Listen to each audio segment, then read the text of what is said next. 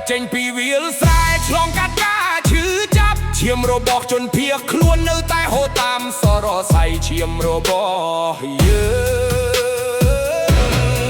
ងពីបេះដូងកម្ពុជាដល់មេឃវ៉ាស៊ីនតោនយើងមិនខ្លាចភ្នំទេយើងបងរៀនពួកគេឲ្យក្រោកឡើង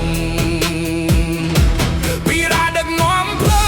មិនដែលថយក្រោយទេកំពូលភ្នំចោតយើងទៀមទាដីនោះ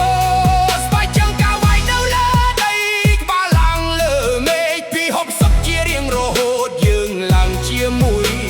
គ្នាបាត់ភ្លេងមុនស្លាកស្នាមមួយធ្វើឲ្យយើងកាន់តែរឹងមាំរាល់ជំហានប្រាប់ឈ្មោះរបស់យើងស្មារតីរបស់ខ្មែរឆែកទៅជាងអន្តរភ្លើងលើកទង់ជាតិខ្មែរឲ្យពិភពលោកទាំងមូលឃើញគ្មានកំពូលភ្នំខ្ពស់ពេកសម្រាប់ពី60ទេ